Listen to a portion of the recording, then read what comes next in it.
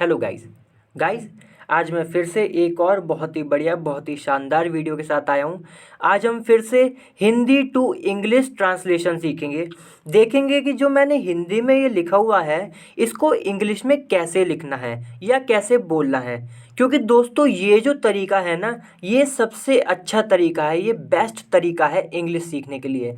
बाकी अगर आप बुक उठाएंगे या ग्रामर की वीडियो देखेंगे, ग्रामर की रूल रटते रह जाएंगे, तो फिर तो भैया बहुत मुश्किल हो जाएगा और आप अपना सर पकड़ के रह जाएंगे और फिर यही कहेंगे आज से 5 साल बाद भी कि मुझे तो इंग्लिश बोलना आ ही नहीं रही। क्यों नहीं आ रही? क्योंकि आपने रूल्स ही इतने सारे रट लिए हैं कि अब तो दिमाग का बिल्कुल हो चुका है मामला ख़राब। ठीक है? क्योंकि देखिए दोस्तों, हम जैसे अंग्रेज होते हैं, अंग्रेजों ने जब इंग्लिश सीखी थी अपने बचपन में, उन्होंने भी तो सीखी थी ना। ये तो है नहीं उन्हें गॉड गिफ्ट थी कि वो बोल ही रहे, तो उन्होंने भी देख देख के सीखी। तो ऐसे ही मैं आपको सिखाऊंगा। अंग्रेजों ने जैसे सीखी, अंग्रेजों ने इधर से सुना उधर से सुना, ये कुछ पढ़ा, ये सब कर करके उन्होंने इंग्लिश सीखी। ऐसे ही मैं आपके लिए पूरा माहौल बना दूंगा अंग्रेजों वाला।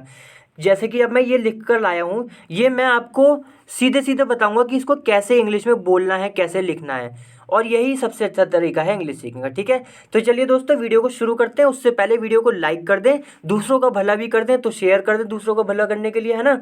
और चैनल को सब्सक्राइब कर लें, जिससे कि आगे की सारी इंपॉर्टेंट वीडियोज़ जितनी भी मैं बनाऊँगा आप देखते रहें, और तभी आपकी इंग्लिश इंप्रूव होगी। ठीक है? चलिए वीडियो को शुरू करते हैं। तो देखिए, सबसे पहले लिखा हुआ है, अतीक अहमद और उसके भाई को जिन 3 हमलावरों ने मारा, उनको सनी सिंह, लवलेश तिवारी और अरुण मौर्य के रूप में पहचाना गया है। अब देखो, ये इतना बड़ा है ना। अब हम इसको कैसे, मतलब ये हम एक मिनट, इसको मैं थोड़ा सही कर देता हूँ। तो अब हम कैसे इस इतने बड़े को हिंदी से इंग्लिश में लिखेंगे। देखिए, सबसे पहले हम देखेंगे कैसे लिखा हुआ था, हमने पढ़ लिया। अब देखिए कैसे लिखेंगे। यहाँ पे लिखा है, अतीक अहमद और उसके भाई को जिन 3 हमलावरों ने मारा। अब हम इसको करेंगे ट्रांसलेट। तो कैसे करेंगे? ये लिखेंगे ऐसे, अतीक, सॉरी मैंने थोड़ा गलत शुरू कर दिया। यहाँ से हम ऐसे लिखेंगे, द 3 एसेलेंट, ऐसे शुरू करेंगे। एसेलेंट का मतलब होता है हमलावर, जिन्होंने हमला किया हो किसी पे। ठीक है? तो उसको हम कहते हैं एसेलेंट। सो द 3 एसेलेंट, अब यहाँ पे हम कॉमा लगा देंगे। बोल लेंगे, जब बोलेंगे तो कॉमा की कोई ज़रूरत नहीं है, लेकिन लिखने में लगा देते हैं। हु का मतलब है जो। ठीक है? तो द 3 एसेलेंट हु किल्ड, यानी कि मारा, किल्ड, किसको मारा? अतीक अहमद और उसके भाई को, यानी कि who killed Atiq Ahmad and his brother. ठीक है? हिज इसलिए लगाया है क्योंकि यहाँ अतीक अहमद कौन है? एक आदमी है, मतलब एक लड़का है, या वो सॉरी एक मेल है। तो मेल के लिए हम हमेशा क्या लगाते हैं? हिज लगाते हैं। ठीक है? तो द 3 एसेलेंट, यानी कि 3 हमलावर, हु किल्ड अतीक अहमद, जिन्होंने अतीक अहमद को मारा, और एंड हिज ब्रदर, उसके भाई को मारा। ठीक है? फिर क्या लिखा है? मारा, उनको सनी सिंह, लवलेश तिवारी और अरुण मौर्य के रूप में पहचाना गया है। इसको कैसे लिखेंगे? देखो कितना बड़ा है, लेकिन बहुत इंपॉर्टेंट। न्यूज़ में तो आपको ये बहुत ज़्यादा मिलेगा। ठीक है? तो देखो क्या होगा। अब देखो, यहाँ से द 3 एसेलेंट, अब यहाँ पे हम क्या लिखेंगे? हैव लिखेंगे।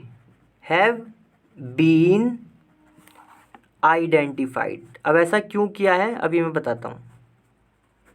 आइडेंटिफाइड, देखो, द 3 एसिलेंट यानी कि वो 3 हमलावर, who killed Atiq Ahmad and his brother, जिन्होंने अतीक अहमद और उसके ब्रदर को मारा, हैव बीन आइडेंटिफाइड, यानी कि ये जो 3 किलर हैं, ये जो 3 एसिलेंट है, हमलावर हैं, यहाँ से सीधे कूद कर आप यहाँ पे आ जाओ। हैव बीन आइडेंटिफाइड, यानी कि इनको आइडेंटिफाइड, यानी कि इनको पहचान लिया गया है। अब आइडेंटिफाइड किस रूप में? एज, किस रूप में के लिए हम लगाते हैं? एज। तो हैव बीन आइडेंटिफाइड यानी कि पहचान लिया गया है, एज इस रूप में। किस रूप में? एज लगाते हैं। क्या क्या नाम है? सनी सिंह। सनी सिंह का तो एक मिनट में इसे थोड़ा, हाँ, तो सनी सिंह स्पेलिंग हम लिख देंगे सिंपल। सनी सिंह जो भी ये है, कोई मतलब जिसने हमला किया है, सनी सिंह हो गया एक तो। और एक है लवलेश तिवारी, ठीक है, ये ऐसे तिवारी की कैपिटल टी है, ठीक है, तिवारी एंड अरुण मौर्य, यानी कि अरुण ऐसे और मौर्य। अब देखो फिर से मैं बताता हूँ, ये बहुत इंपॉर्टेंट है इसलिए बता रहा हूँ बार बार। द थ्री एसिलेंट, यानी कि वो तीन हमलावर हु किल्ड अतीक अहमद, जिन्होंने किल्ड मतलब मार दिया, अतीक अहमद को मारा, हु का मतलब है जिन्होंने, who killed Atiq Ahmad and his brother, उसके ब्रदर और भाई को मारा, हैव बीन आइडेंटिफाइड, यानी कि इनको पहचान लिया गया है एज किसके रूप में, सनी सिंह, लवलेश तिवारी एंड अरुण मौर्य। यानी कि किस रूप में, यहाँ पे ये कहने का मतलब है कि जो तीन असिलेंट हैं इनके नाम बताए जा रहे हैं। तो ये सनी सिंह, ये तीन नाम जो है इनके मतलब पता करे गए हैं कि वही इनका ये तीन नाम है, इस रूप में इनको पहचाना गया है, ठीक है। फिर लिखा हुआ है इनके पास से एक बाइक भी मिली है। अब देखो इसको कैसे लिखेंगे, बड़ा इंपॉर्टेंट है, बहुत आता है न्यूज़ में। इसको हम लिखेंगे ऐसे, देखो आ बाइक, सबसे पहले लिखा आ बाइक हैज़ बीन, क्योंकि देखो बाइक को ढूंढा गया, बाइक ने किसी को नहीं ढूंढा, इसलिए बाइक को ढूंढा गया तो हैज़ बीन लगाएंगे। और हैज़ इसलिए लगाया क्योंकि बाइक कौन है, एक ही है ना, बाइक दो नहीं है, इसलिए। तो a bike has been recovered. Recovered का क्या मतलब है, रिकवर्ड का मतलब है जब हम ऐसे अपराधी वाले जब केस होते हैं ना, तो जहाँ पे कुछ घटना हुई हो वहाँ पे जो भी कुछ मिलता है उसको रिकवर करते हैं, यानी कि उसको प्राप्त जो किया गया है, रिकवर किया गया है, तो उसके लिए हम रिकवर्ड लगा देते हैं। इसका सीधा सिंपल मतलब यही है कि वहाँ उनके पास से बाइक मिली, जो वो जो तीन हमलावर थे, ठीक है, ये मतलब है बस। तो a bike has been recovered के उनके पास से, अब देखो ये कैसे लिखेंगे, उनके पास से है ना, रिकवर्ड उनके पास से मिली है ना, तो हमें यहाँ लगाना होगा फ्रॉम देयर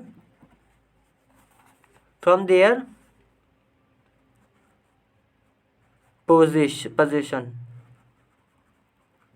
ठीक है। यहाँ पे क्या मतलब हुआ, अ बाइक हैज़ बीन रिकवर्ड, यानी कि एक बाइक मिली है फ्रॉम देयर पोजीशन, ये बहुत आता है न्यूज़ में। फ्रॉम देयर पोजीशन का मतलब है उनके पास से मिली है, ठीक है।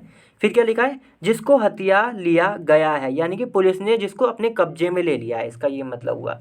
तो इसको क्या कहेंगे हम, अब देखो क्या है, जिसको हथिया लिया गया है, यानी कि विच ये किसके लिए आ रहा है, विच आ रहा है ये बाइक के लिए, जिसको, विच का मतलब है जिसको, विच क्या है ना, जिसको हथियार लिया गया, तो विच